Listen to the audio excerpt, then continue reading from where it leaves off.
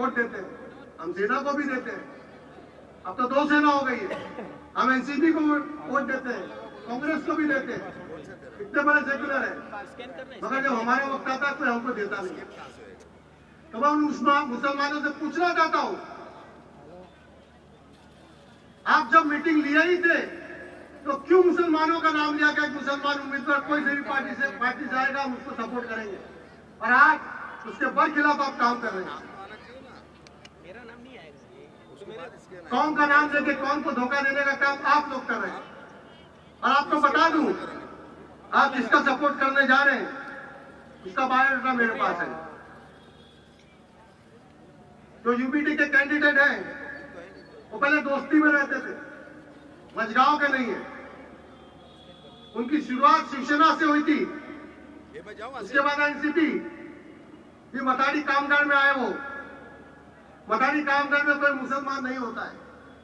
2012 में उन्होंने कांग्रेस ज्वाइन करी और सिर्फ एक टर्म नगर सेवक थे वो। उस एक टर्म में 2012 से 2017 तक उनके प्लान बहुत चेंज होते रहते थे। 2017 में उनका प्लान चेंज हुआ। उन्होंने सोचा कि मैं एमएनएस में चले जाऊं, मगर बात जब बनी नहीं तो वापस वो शिवसेना में आ गए। जुलाई 2022 में उनका प्लान था कि मैं बीजेपी में चला जाऊं। ये बात उठी थी कि एक कोई नेता हमको चाहिए जो हमारे मुसलमान के लिए बोले। जब चुनने की बात आई तो कुछ बात चली कि आजाद उम्मीदवार खड़ा करेंगे, और जब तक के फैयाज भाई का कहीं नामो निशान नहीं था कि वो इलेक्शन लड़ने वाले हैं। सबको ये लग रहा था कि फैयाज भाई ने इस्तीफा दे चुके हैं और फैयाज भाई भी आजाद उम्मीदवार लड़ने वाले हैं। तो ये बात कुछ दिन तक के चली, आजाद उम्मीदवार चाहिए, क्योंकि एमपी हमने दिए और हमारी कोई सुनवाई नहीं हो रही है, तो हमकी आजाद उम्मीदवार हम लड़ेंगे। क्यों नहीं दिया? जवाब दो। हिजाब बैन पर आवाज क्यों नहीं उठाई? जवाब दो। वक्फ बिल जब पार्लियामेंट में पेश हुआ तो वॉकआउट क्यों किया? जवाब दो। बुलडोजर राज पर आवाज क्यों नहीं उठाई? जवाब दो। बाबरी मस्जिद जब शहीद होने पर किसे फख्र महसूस हुआ? जवाब दो। हमारे रसूल के बारे में बकवास की जा रही थी, एफआईआर के बावजूद भी अरेस्ट क्यों नहीं किया गया? जवाब दो। बचना दो गुस्ताखे नबी को। गैरत मुस्लिम जिंदा है, दीन पर मर मिटने का जज्बा कल भी था और आज भी है। मैं पूछना चाहती हूँ, कुछ प्यारे हैं जो लाडली बहन की स्कीमें चला रहे हैं, लाडली बहनों के नाम पर 1500 3000 देने की बात कर रहे हैं। वो कहाँ थे जब लाडली बहनों के हिजाब पर पाबंदियां लगाई जा रही थी? वो कहाँ थे जब लाडली बहनों के शौहर, वालिद, भाइयों की मॉब लिंचिंग की जा रही थी? वो कहाँ थे जब एनआरसी के टाइम लाडली बहनों के ऊपर लाठी चार्ज की जा रही थी? वो कहाँ थे? वो कहाँ थे जब लाडली बहन की अस्मत के साथ खिलवाड़ किया जाने वालों के स्वागत किया जा रहा था? वो कहाँ थे? कहाँ थे? कहाँ थे?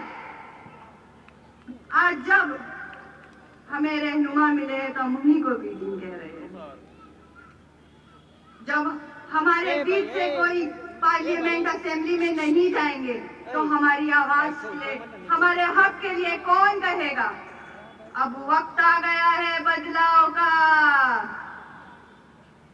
हमें अपने बीच से हमारा रहनुमा चुनना होगा। बाइकल्ला से फैयाज अहमद साहब को हमें जिताकर पार्लियामेंट में हमारी नुमाइंदगी करने के लिए भेजना होगा। क्या बाइकल्ला की आवाज तैयार है?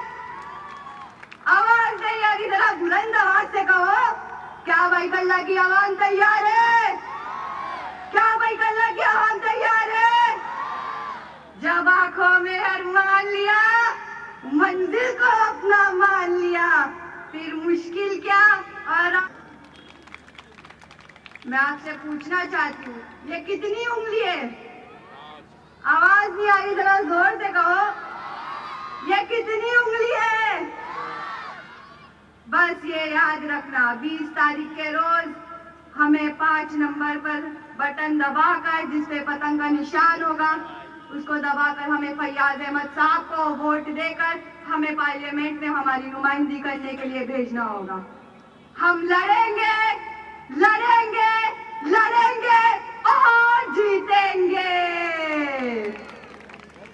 आखिर में जाते जाते सिर्फ इतना ही कहूंगी कि लहरों को खामोश देख, ये ना समझना के समंदर में रवानी नहीं है।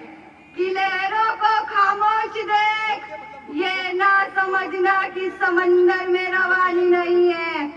जब भी उठेंगे ऐसी तूफान बनकर उठेंगे। बस अभी 15 मिनट में, सिर्फ 15 मिनट में अकबर साहब आने वाले, हमारे बब्बर शेर। इसी के साथ मैं आप सभी का शुक्रिया अदा करना चाहती हूँ। अल्लाह हाफिज। कोई फर्क नहीं है।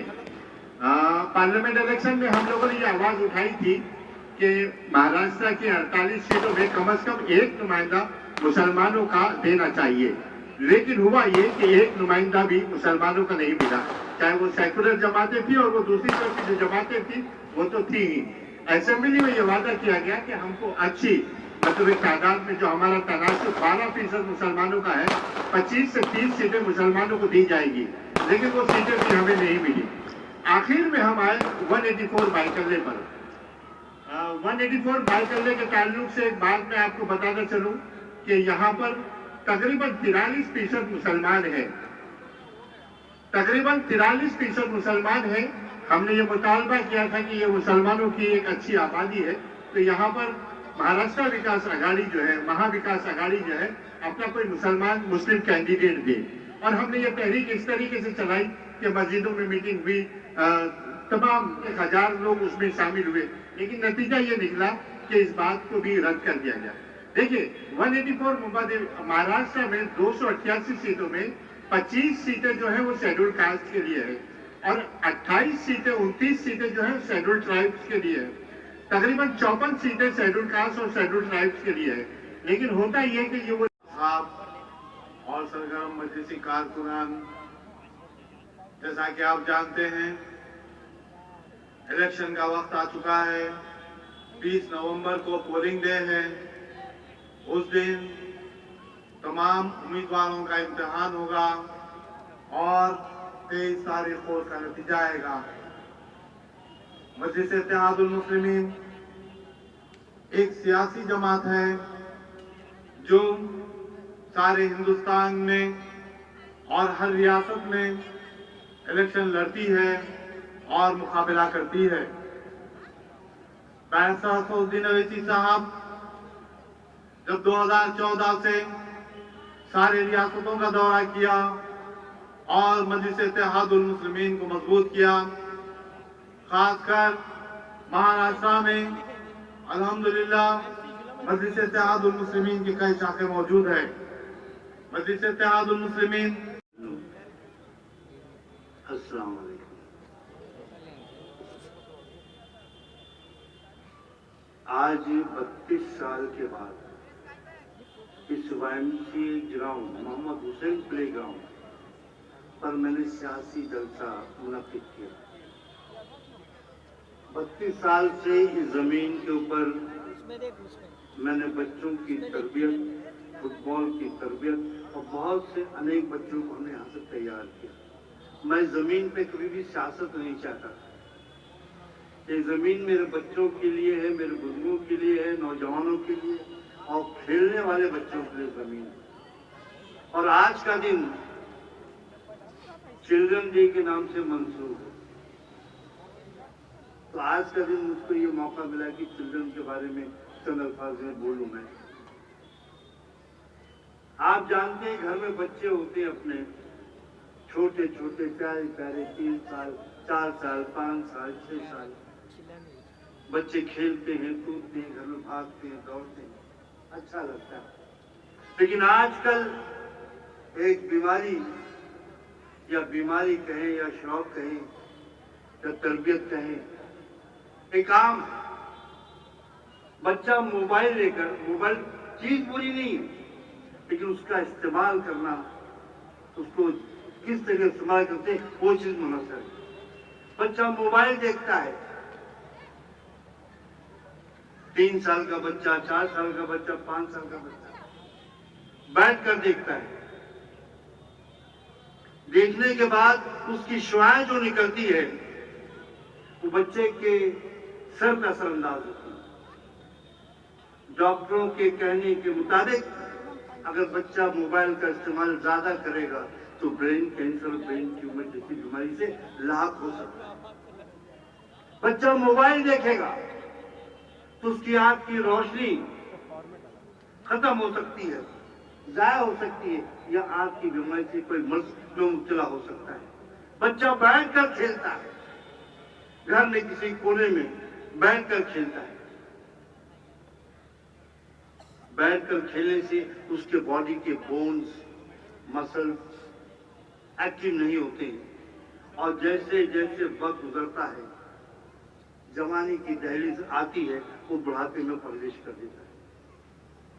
और ये हाल, ये बीमारी आज आम होती हुई जा रही है, और देश को खतरा आज बच्चों के मुस्तकबिल से। बच्चे आज हमारे पास हैं,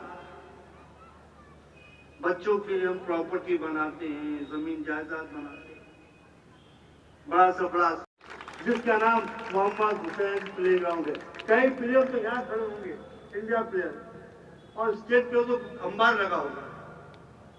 250 बच्चों को रोजगार मिला फुटबॉल के लिए। ये अख्तर भैया, जब मैं छोटा था तो इनका मैच देखने के लिए स्कूल से उल्टा मार के आकर बैठ के देखता था। ये अख्तर भैया जो मेरे बड़े भाई भी हैं, दोस्त भी, रहबर भी। खालिद का है, खालिद का है, ये खालिद इंडिया प्लेयर। ऐसे अनेक नौजवान यहाँ पे जो मौजूद हैं इंडिया स्टेट।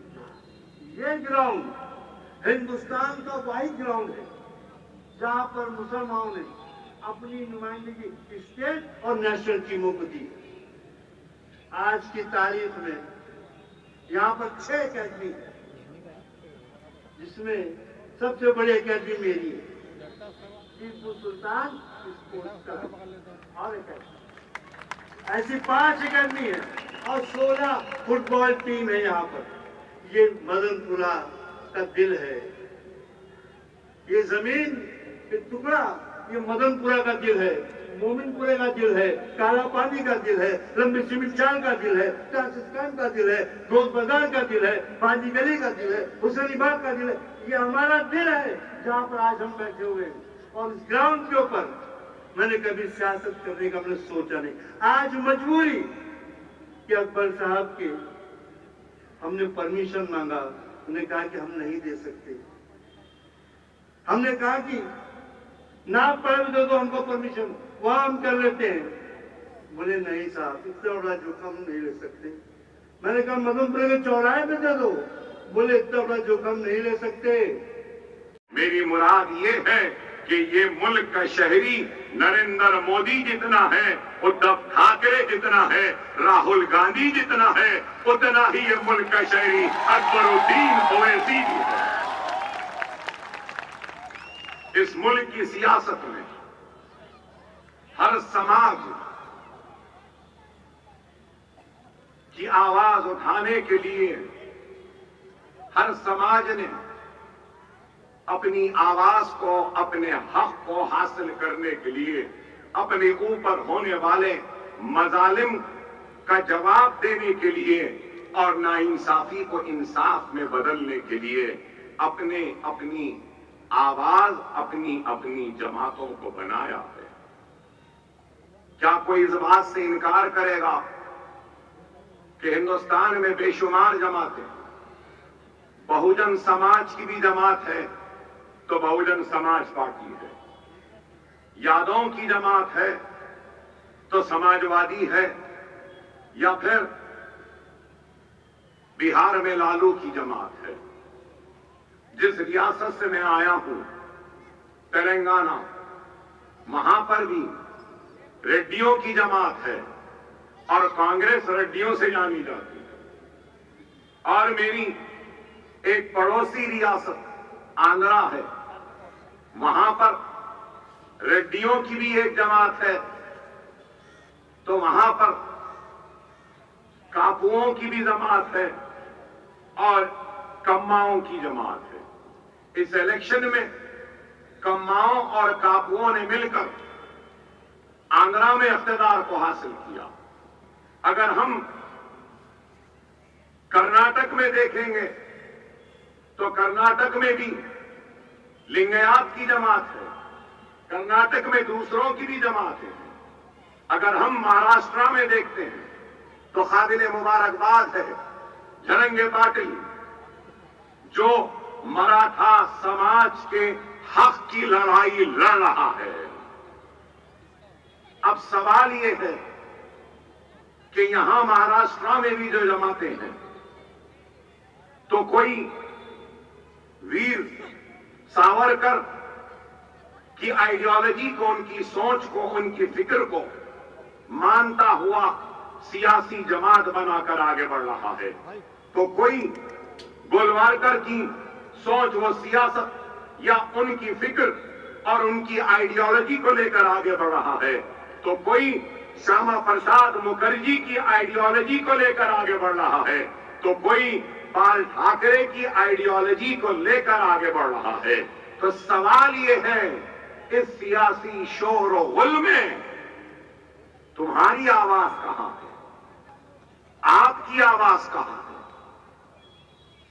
आज इंतखाबात तो हो रहे हैं, इस इंतखाबी शोर में अगर कहीं से हमारी अपनी आवाज अगर सुनाई देती है तो वो मजलिस इत्तेहादुल मुस्लिमीन की शक्ल में सुनाई देती है।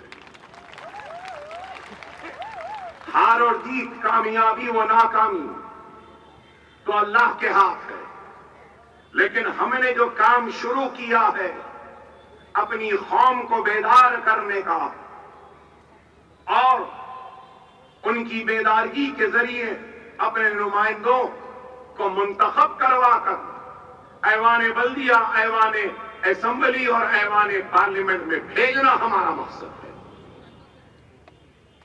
अगर मैं ये भी कहूं तो गलत ना होगा कि कानून बनने के मराकज अगर कोई है जहां पर कानून बनता है तो वो ऐवान बल्दिया, ऐवान असेंबली, वो ऐवान पार्लियामेंट होते हैं। और अगर इसमें हमारी आवाज नहीं, हमारी नुमाइंदगी नहीं, तो फिर कैसे हम उस बनते हुए कानून की तायीद करेंगे या मुखालफत करेंगे? कानून मैदानों, बाजारों या इन ग्राउंडों में नहीं बनते, कानून बनते हैं तो ऐवानों में बनते हैं। और वो आवाज जो ऐवान में गूंजती है वो सारे मुल्क ही नहीं बल्कि सारी दुनिया उसको सुनती है। और जो आवाजें ऐसे मैदानों में गूंजती हैं वो चंद कदम, चंद किलोमीटर के फासले तक जाती हैं और अपने दम को तोड़ देती हैं। लेकिन मैं इस मैदान से अपनी बेदारगी की मुहिम का आगाज करते हुए आपके जिंदा शऊर और आपके जिंदा जज्बे की कामयाबी को ऐवानों में पहुंचाने की एक कोशिश कर रहा हूं। कामों के मुकद्दर का फैसला इनफिरादियत या इनफिरादी काम से नहीं होते। अगर हमको अपनी कौम के मुकद्दर को बदलना है, सजाना है, संवारना है, तो याद रखो मेरे प्यारे भाइयों, हमको सबको मिलकर काम करना हो। फैयाज साहब ने अपनी तकरीर के आगाज में कहा फुटबॉल के ताल्लुक से, और ये ग्राउंड की खासियत व खुसूसियत को भी बयान किया। फुटबॉल के कितने प्लेयर्स आए नेशनल लेवल पर, स्टेट लेवल पर, मगर मुझे माफ करें, फुटबॉल से याद आया कि कि अब 15वीं असेंबली का इंतखाबात तो आजादी के बाद से लेकर आज तक होते रहे। चंद अल्फाज में अगर मैं हिंदुस्तान की 1947 से लेकर 2024 के इंतखाबात को समेटने की कोशिश करूंगा तो यही आएगा मेरे सामने कि हमने जवाहरलाल नेहरू को भी आजमाया, हमने लाल बहादुर शास्त्री को भी आजमाया, हमने इंदिरा गांधी का भी साथ दिया, हमने राजीव गांधी का भी साथ दिया, हमने वीपी सिंह का भी साथ दिया, हमने मोरारजी देसाई का भी साथ दिया, हमने देवे गौड़ा का भी साथ दिया, हमने चंद्रशेखर का भी साथ दिया, हमने आई.के. गुजराल का भी साथ दिया, हमने पलटकर नरसिम्हा राव का भी साथ दिया और फिर मनमोहन सिंह का भी साथ दिया। अब सवाल ये है कि हमने हर एक का साथ दिया, बताओ कि इनमें से कितनों ने तुम्हारा साथ दिया। अगर आज मैं बयान करूं तो लोग बड़ी नाराजगी का इजहार करेंगे। हमारा हाल तो माफ करना फैयाज साहब, माफ करना, इस मजमे में मौजूद मेरे जियाले नौजवानों, मेरे बुजुर्गों, हमारा हाल तो फुटबॉल की तरह है, कभी इनके पैर में कभी उनके पैर में, और उसके बाद कोई जोरदार गोल मार देता है तो हम आवाज और ताली बजाते हैं, खुशियां मनाते हैं। कब तक इनके उनके पैरों के फुटबॉल बनोगे? आज अकबरुद्दीन ओवैसी अगर आपके दरमियान में आया है तो फुटबॉल नहीं, मजबूत पैर देकर उनको फुटबॉल बनाकर मारने की सलाहियत, वो काबिलियत, वो बेगारगी को पैदा करने आया हूं। ये है, क्या हमारे पैरों में वो ताकत नहीं है? क्या हमारे सीने में जज्बा नहीं है? क्या हमारे में वो काबिलियत नहीं है? क्या हम में वो सलाहियत नहीं है? लेकिन ये है कि कोई हमें प्लेयर बनाना नहीं चाहता, हमको हर कोई फुटबॉल बनाकर रखना चाहता है। लेकिन अकबर ओवैसी आज बाइकल्ला के लोगों को प्लेयर बनाने आया है और फुटबॉल तुम्हारे सामने है। अब आपको सोचना है कि आपको क्या बनना है। अरे वो हम जो अपने हक की लड़ाई के लिए बेदार नहीं होती, वो हम हालात का मुकाबला कैसे करें? अरे आज हमारी सियासी मजबूरी का ये आलम है। सुनो मेरी बात को, हमारी सियासी मजबूरी, सियासी लाचारगी, और मैं तो कहूंगा कि सियासी दिवालियापन का ये आलम है कि आज हम अपने कातिलों के साथ जाकर हाथ मिलाने पर मजबूर हैं। हमारी इज्जतों को लूटने वालों को आज हम हमारा हमदर्द समझ रहे हैं। हमारी आबादियों को खाक की ढेर में बदलने वाले जालिमों को हमारा मुहाफिज समझ रहे हैं। वो जो कल के लुटेरे थे, जो लूटते रहे, हम आज उनको हमारा मुहाफिज, हमारा मोहसिन, हमारा हमदर्द समझ रहे हैं। तो ये सियासी दिवालियापन नहीं है तो क्या है बताओ? क्या इस बात से इनकार करेंगे? क्या इस बात से इनकार करेंगे कि बंबई में जब भी फिसाद हुआ, किसने बस्तियों को जलाया, किसने मां और बहनों को बरहना किया, किसने हमारी इज्जतों से खेला? क्या बेशक यहां फुटबॉल होता है, लेकिन मुझे माफ करें, अगर अल्लाह इस ग्राउंड के कंकर को, अगर अल्लाह यहाँ के अतराफ अकनाफ के इलाकों के कंकड़ को जबान देगा तो वो गवाही देंगे और चीख कर चिल्ला कर कहेंगे कि हाँ, मुझ पर कभी गिरा था खून मुसलमान मोमिन का जो ला इलाहा इल्लल्लाह मोहम्मद रसूलुल्लाह कलमा पढ़ा। अरे इस कंकड़ को तो जबान नहीं, मुझको तो अल्लाह ने जबान से नवाजा है, इसलिए हक बयान कर रहा हूं। हम किसी की परवाह किए बगैर इज़हार हक को बयान करते हैं। कभी हमने इज़हार हक से मुंह नहीं मोड़ा, मगर यही कहूंगा कि ये किस्सा वो नहीं जो तुम किस्से खां से सुनो, मेरे फसाने गम को मेरी जुबान से सुनो। बड़ा मासूम है हमारा भाई, बहुत जल्दी भूल जाता है, बहुत जल्दी भूल जाता है। क्या भूल गए 90 के फिसादात को? क्या भूल गए 80 के फिसादात को? क्या भूल गए बाबरी मस्जिद के शहादत के बाद होने वाली सरों और सीनों पे गोलियों को? क्या भूल गए टाडा को? क्या भूल गए पोटा को? क्या भूल गए मकोका कानून को? हम सब कुछ भुला दिए। अरे बताओ, अरे मैं गलत हूं, दुनिया भूल गई एक शख्स को, लेकिन मैं नहीं भूल सकता असगर इंजीनियर साहब को। रसूलुल्लाह सल्लल्लाहु अलैहि वसल्लम की हदीस है, मोमिन की निशानी फिर से, क्या आप फिर से? अरे बंबई को मैं सबसे पहले कब आया था? बाबरी मस्जिद की शहादत के बाद के उस भयानक फिसादात में आया था।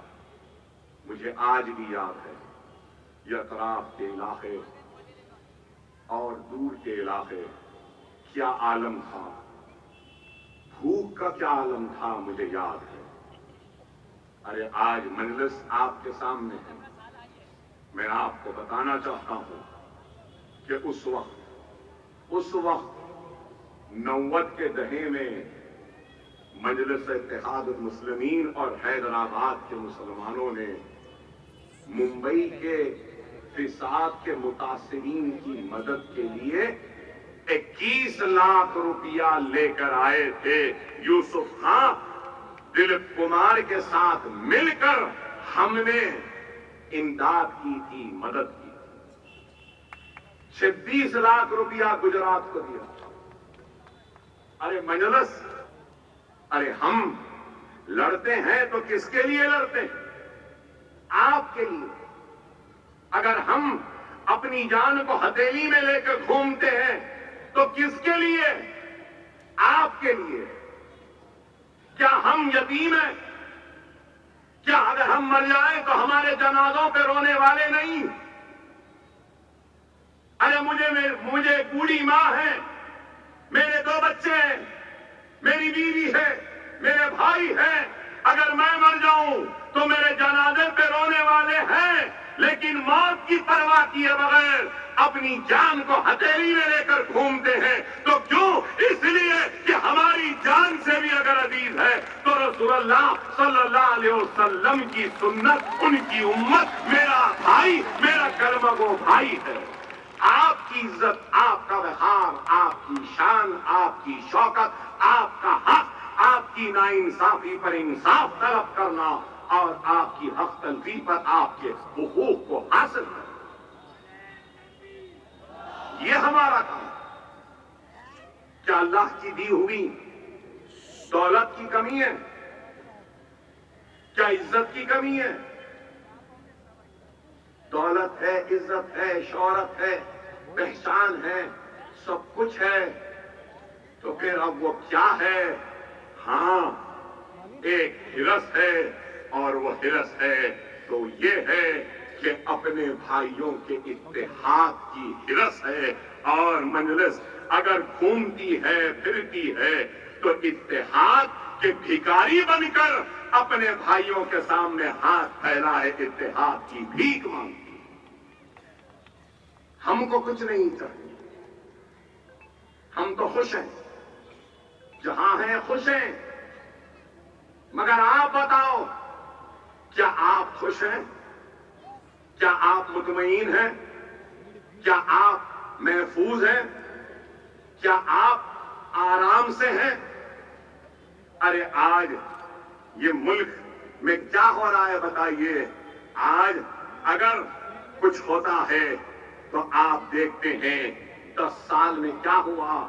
लव जिहाद, घर वापसी, रामजादी या फिर हरामजादे, जेएसआर के नारे, mob lynching, beef ban, beef के नाम पे लिंचिंग, ट्रिपल तलाक, फिर उसके बाद निशाना अगर क्या तो मुसलमानों के मसाजिद, मुसलमानों के शरीयत, निशाना अगर कुछ तो क्या कि किस तरीके से निसाब को बदल लें, तारीख को मस्त कर दें, मिटा दें। अगर कुछ है तो बुलडोजर है, बुलडोजर चले जाते हैं। सीए एनआरसी है और मुसलमानों का एनकाउंटर है, जुडिशियल कस्टडी में है, पुलिस कस्टडी में है। अतीत को उसके भाइयों को हथकड़ियां हाथ में कोई आते हैं और गोलियां मारकर चले जाते हैं।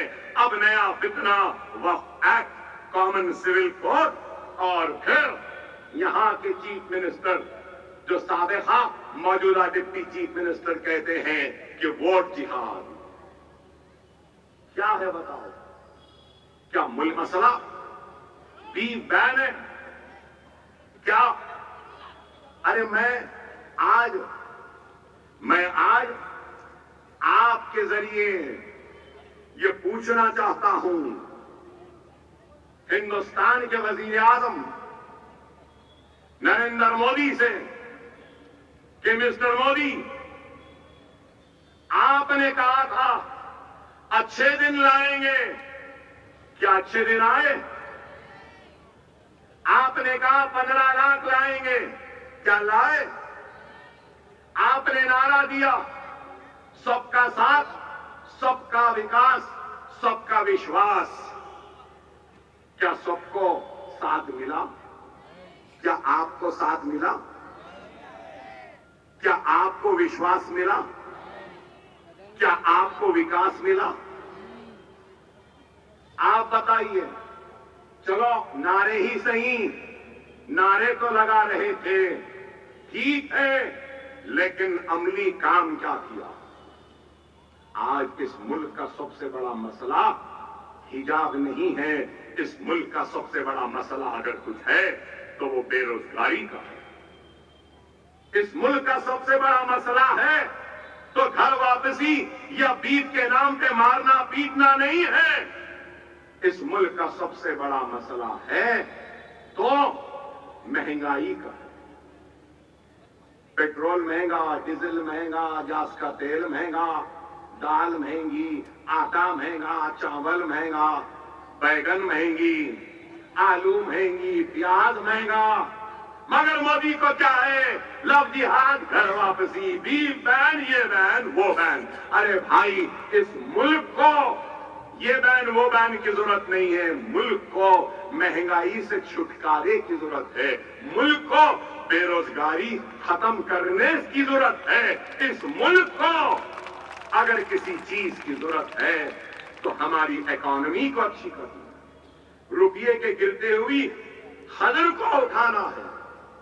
मोदी साहब 70 में हैं, लेकिन डॉलर 84 रुपये तक चले गया। यही बोले थे मनमोहन सिंह को। मनमोहन सिंह साहब, आपकी उम्र के बराबर हो गया डॉलर, और मैं आज कह रहा हूं मोदी साहब, आपके उम्र का रिक्रूटमेंट का इश्तेहार आया, उसकी भी ट्रेनिंग हमारे पास है। ये मैं कर रहा हूं। ये मैं 1 करोड़ रुपया तनख्वाह महाना देता हूं अपनी। मैं जज्बात में बहाता हूं, लोग मुझे पसंद नहीं करते। अरे आपने जिनको पसंद किया क्या उन्होंने ऐसा काम किया? आपने जिनको होशमंद समझा क्या उन्होंने किया? और फिर हर साल यहां दाढ़ी वाले टोपी वाले भाइयों को देखकर मुझे याद आया, हर साल 250 हाफिज भी हमारे स्कूलों से निकलते हैं। और आपको मालूम, हमारे स्कूल में 750 यतीम बच्चे हैं और 350 ऐसे बच्चे हैं जिनके मां का इंतकाल हो गया तो बाप ने दूसरी शादी कर ली। अब 1000 ऐसे बच्चे जिनके मां नहीं, जिनके बाप नहीं, उनके लिए एक बहुत बड़ा यतीम खाना बन रहा है। उसमें उनको रखूंगा, उसमें उनको पालूंगा, उसमें उनको खिलाऊंगा। ये काम है। क्या ऐसा काम हो रहा है? कोविड आया था, कोविड, अभी घर जाके वीडियोस निकाल के देखना, 12 करोड़ रुपया अपनी जेब से सिर्फ कोविड में मैंने तकसीम किए, अनाज तकसीम किए। मैंने उस वक्त मसाजिद बंद थे तो हुफ्फाज को पैसे दिया, शहर बंद था तो टैक्सी ड्राइवर्स को दिया, शादी खाने बंद थे तो वो बटलर्स और वेटर्स रहते हैं उनको दिया, शादियों में वीडियोग्राफी करने वाले उनको दिया, उबर और ओला वालों को बुलाकर दिया, हर एक को दिया। 12 करोड़ रुपया का इमदादी काम हमने किया। ऑक्सीजन पहुंचाया, सिलेंडर पहुंचाया, अरे दवाएं पहुंचाई, और बंद हो गया था तो छोटे बच्चों के लिए दूध सब कुछ दे। अरे अवाम चाहती है कि मैंने जिन लोगों के हाथों में जिम्मेदारियों को थमाया था उन लोगों ने भी जिम्मेदारियों को नहीं निभाया। यह भी हकीकत है। अकबरुद्दीन ओवैसी वैसा लीडर नहीं है जो अपने गलतियों पर शर्मिंदा होगा और अपनी गलतियों से इनकार करेगा। मैं हैरान करता हूं कि हमसे गलतियां हुई हैं, हमने आपके उम्मीदों को पूरा नहीं किया। इंशाअल्लाह अब कोशिश करेंगे कि आपकी उम्मीद को पूरा करें। खुदा मुनज़्ज़म हो जाओ, मुत्तहिद हो जाओ, एक नया इनक़िलाब आने वाला है। मैं आज यहां बोल के जा रहा हूं, 23 तारीख को मिलूंगा एक नए इनक़िलाब के साथ। महाराष्ट्र में मजलिस के 2 नहीं, कम से कम 5 या 7 आएंगे। गोलवारकर के मानने वाले हो या वीर सावरकर का या ठाकरे का या गांधी का, कोई भी रहने दो, अलमदद ओवैसी बोलेंगे, अलमदद मजलिस बोलेंगे, अलमदद आपसे बोलेंगे। ये मौका है, खुदारा इस मौके को हाथ से जाने न दो। ये मौका चले गया तो फिर नहीं होगा। खुदारा मुनज़्ज़म हो जाओ, मुत्तहिद हो जाओ, एक हो जाओ। हिंदुस्तान, भारत, इंडिया। मजलिस का निशान पतंग है, पतंग पर मोहर लगाइए और कामयाब करिए। वाखिर दावाना अल्हम्दुलिल्लाह रब्बिल आलमीन।